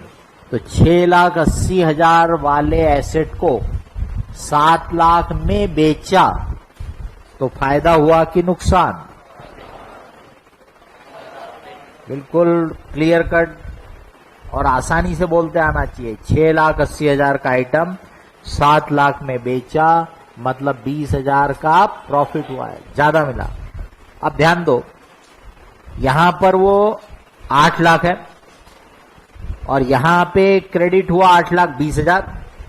ये 20,000 जो ज्यादा क्रेडिट है उसी को अपन बोलते हैं प्रॉफिट। अब अगर आप उसको इसी अकाउंट में रहने दोगे तो आपके एसेट के बैलेंस को गलत कर डालेगा, क्योंकि वो एसेट नहीं है बल्कि वो क्या है, प्रॉफिट। तो उसको यहां से हटा दो, ट्रांसफर कर दो। ट्रांसफर एंट्री सिखाया है आपको सब। क्रेडिट बैलेंस है 20, तो हटाने के लिए यहां करो डेबिट, यहां करोगे डेबिट, 31 दिसंबर की डेट है उसकी है, यहां करोगे डेबिट और profit on sale of machine account में करोगे क्रेडिट।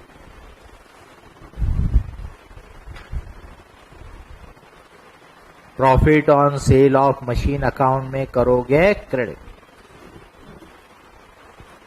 अभी जो डेप्रिसिएशन में डेबिट बोला हो यहां आ जाएगा 1,20,000।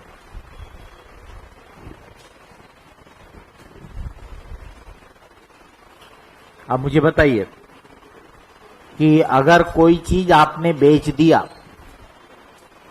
तो जो चीज आपने बेच दिया वो आपके अकाउंट बुक से खत्म होना चाहिए कि नहीं होना चाहिए?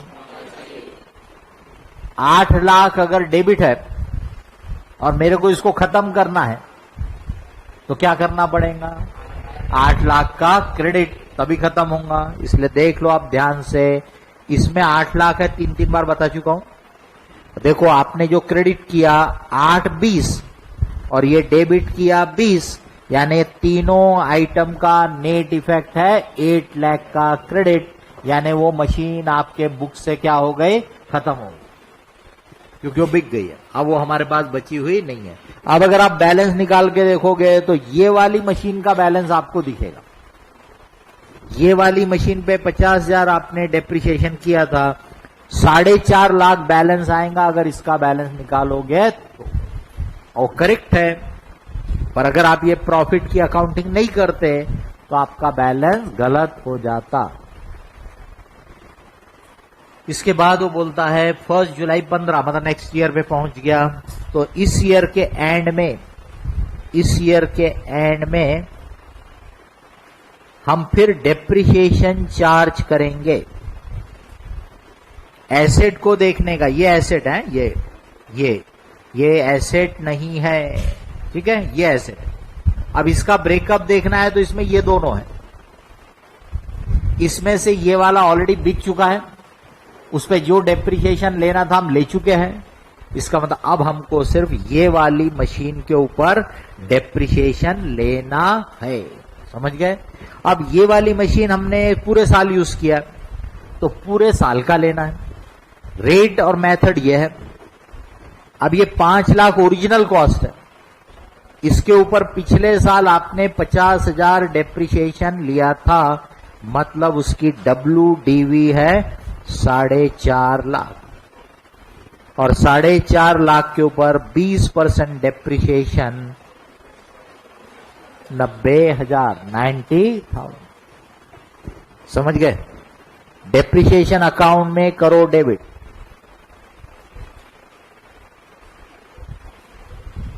ये डेप्रिसिएशन अकाउंट में किया डेबिट। अब मशीनरी अकाउंट में जो भी बैलेंस बचा उसको कैरी फॉरवर्ड कर लेंगे नेक्स्ट ईयर की बुक्स में। बताओ कितना आ रहा है, 3,60,000।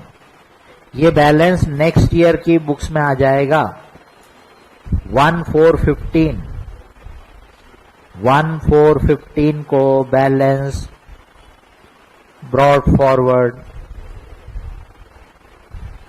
3,60,000।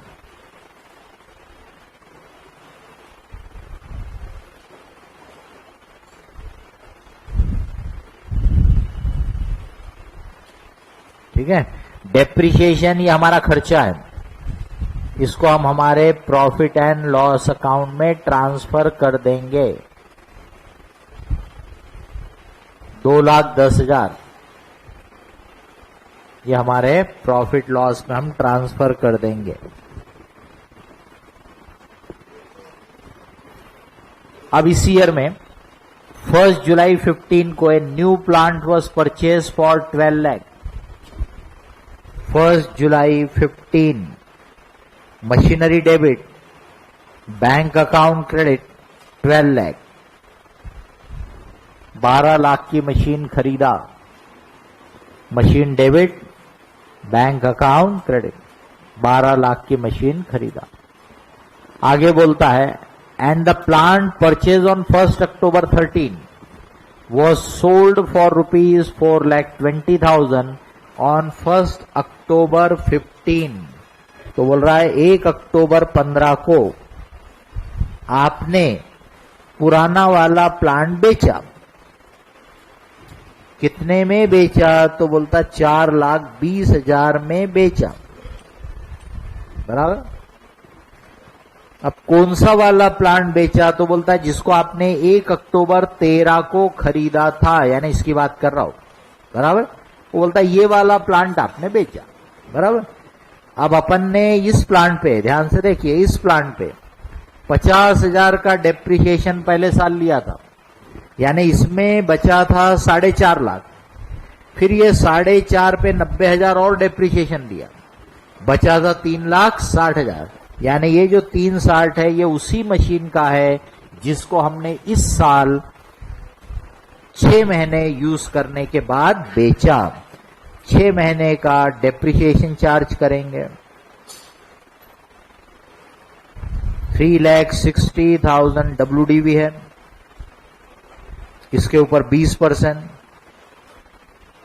6 महीने के लिए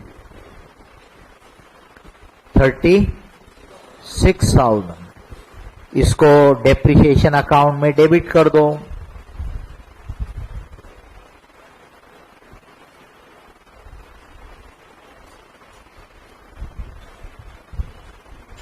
अब फिर से अपन ने देखने का प्रॉफिट लॉस। ये 3,60,000 की मशीन है, ये 36,000 का और डेप्रिसिएशन चार्ज किया तो 360 में से 36,000 गया, तो उसको बोलते हैं WDV on the date of cell.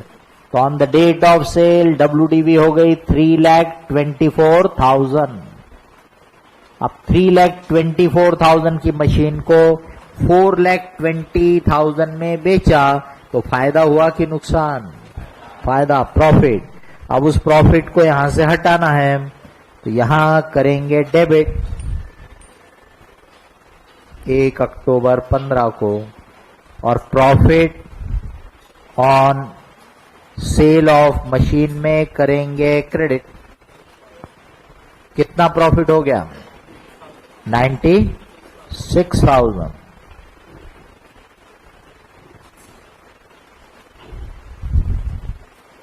ये चेक कर लीजिए वापस। 3,60,000 डेबिट है, ये देखो, ये डेबिट, और ये देखो क्रेडिट कितना है? 4,56,000। डेबिट है 360, क्रेडिट है 456, क्रेडिट ज्यादा है, वही है ये 96,000 का प्रॉफिट। अब ये एंड ऑफ द ईयर तक और कुछ नहीं हुआ, तो एंड ऑफ द ईयर में अपन डेप्रिसिएशन चार्ज करेंगे। डेप्रिसिएशन, अब अपने पास मशीन ये है, ये मशीन है, ये इसमें से ये वाली मशीन ऑलरेडी बिक गई, खत्म। इस मशीन पे अपने को डेप्रिसिएशन लेना है इसके ऊपर, बराबर। तो 12 लाख के ऊपर 20%। अब ये मशीन आपने 1 जुलाई को खरीदे, तो जुलाई से लेके मार्च तक की गिनती लगाओगे तो 9 मंथ्स का डेप्रिसिएशन 1,80,000 का डेप्रिसिएशन चार्ज करोगे। डेप्रिसिएशन अकाउंट में कर दो डेबिट।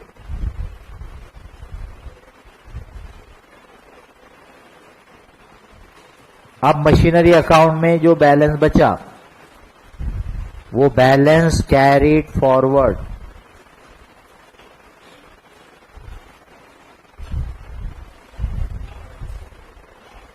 कितना बैलेंस बचा बताओ? 7,20,000 11 10 लाख 10,20,000, ठीक है। 10,20,000 का बैलेंस बचा मशीन में, नेक्स्ट ईयर में कैरी फॉरवर्ड हो जाएगा। और डेप्रिसिएशन अकाउंट में जो आ रहा है उसको आप प्रॉफिट एंड लॉस अकाउंट में ट्रांसफर कर दोगे। इसके और ऑल्टरनेटिव अपन नेक्स्ट पीरियड में लेंगे। आपको इसमें भी कुछ बोलना पूछना रहेगा तो नेक्स्ट पीरियड में बताना, ठीक है।